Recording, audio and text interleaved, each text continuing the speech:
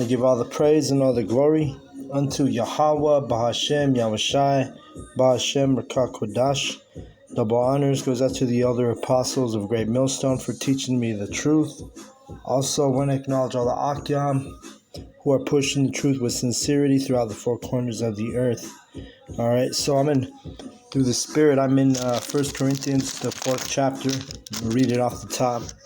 Let a man so account of us as of the ministers of Hamashiach, the stewards of the mysteries of the Most High.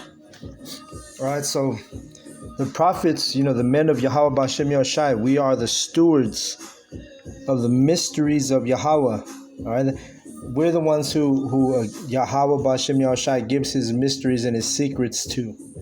Tells you that in Amos 3 and 7. All right. That's why the Christians and these Catholics, all these different religious organizations set up by Esau Edom, the so-called white man, they can't break down the Bible correctly. Because why? Because they're not the stewards, right? And another word for steward would be official or an organizer, all right? But it's his men who he gives his secrets and his mysteries to, all right? That's why we're able to tell you about the microchip. That's why we're able to tell you about the missiles, Jacob's trouble, everything that the dark sayings, like I mentioned in my last video. Verse 2. Moreover, it is required in stewards that a man be found faithful. All right. So we got to be faithful. We got to be true to our work, integrity. All right. Verse 3. But with me it is a very small thing that I should be judged of you or of man's judgment. Yeah, I judge not mine own self. For I know nothing by myself, yet I am not hereby justified, but he that judged me is Yahweh. Alright, so we always got to remember our righteousness, because this is righteous work that we're doing, but it doesn't have nothing to do with us, but rather the one who called us. Alright? He's the one who justifies us. He's the one who put this spirit on us to do this righteous work, right? Let me get that in Psalm. Let me see. Maybe it's Isaiah.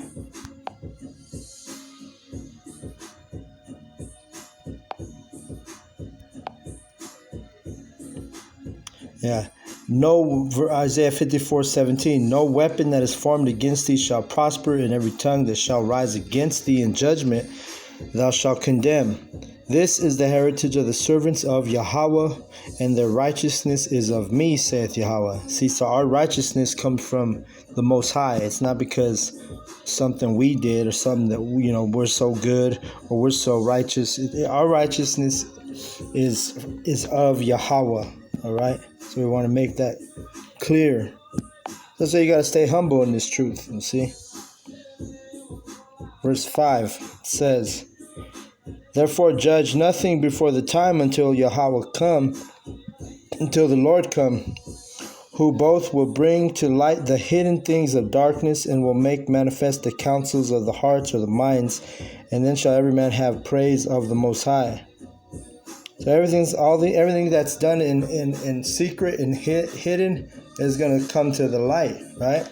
Part of the reason why they were exposing Esau Edom in these last days. That's actually a clue or proof we are in the last days, because the so-called white man is being exposed, being made naked,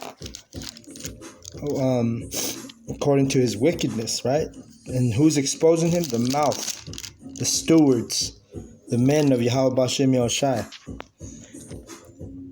And these things, brethren, I have in a figure transferred to myself and to Apollos for your sake, that ye might learn in us not to think of men above that which is written, that no one of you be puffed up for one against another. All right? So, you don't want to... you got to stay humble in this truth. That's one of the things. Humility is a big part of this truth. All right. You got a lot of these, like the elders say, I'll use their term, Johnny come latelys, right? They come in, they learn that they're an Israelite, they go break off and they start their own group, and they pick and choose what they want to teach. Like I was watching the Elder Tahar today, and there's a group. I don't even remember the group, but they believe in that they're the Israelites. They believe in the doctrine that came from One West, the school One West.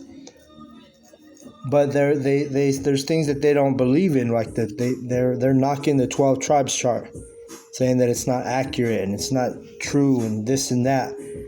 You see, so that's an example of them being puffed up against another. They're getting puffed up against the elders, all right? Because if it wasn't for the elders and the school in One West, in New York, in Harlem, I believe it was in Harlem, they wouldn't even know they're Israelites. But yet they're changing the doctrine as they please. That's an example of what you don't want to be. All right, you don't want to be puffed up in this truth, one against another, especially against the elders. The elders are worthy of double honors, and not to be. You don't want to be contentious with the elders. Verse 7: For who maketh thee to differ from another, and what hast thou that thou didst not receive? Now if thou didst receive it, why dost thou glory as if thou hast not received it? You see? So, yeah, they can't receive that 12 tribes chart. They're in contention with the chart, saying it's not accurate. Well, what makes you the righteousness is of Yahweh B'Shem Yahushai, and then all of a sudden you want to come and change your own doctrine and pick and choose what parts you want to believe and what parts you don't want to believe. You're out of order when you're doing that kind of stuff.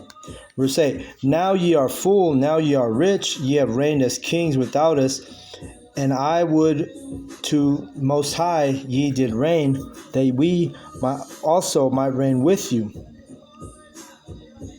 And you got to be humble, show humility in this truth, especially towards great men, which are elders, all right?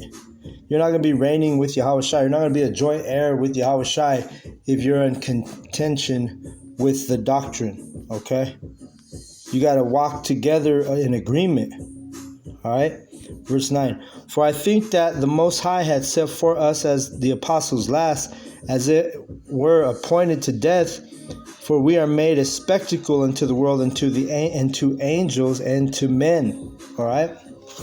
And we've went in on this verse in the past, but that's why people look at us when we're at the camps. They look at us funny. They look at us from across the street funny. Because why? Because we're a spectacle to them. All right? And let me get that spectacle definition.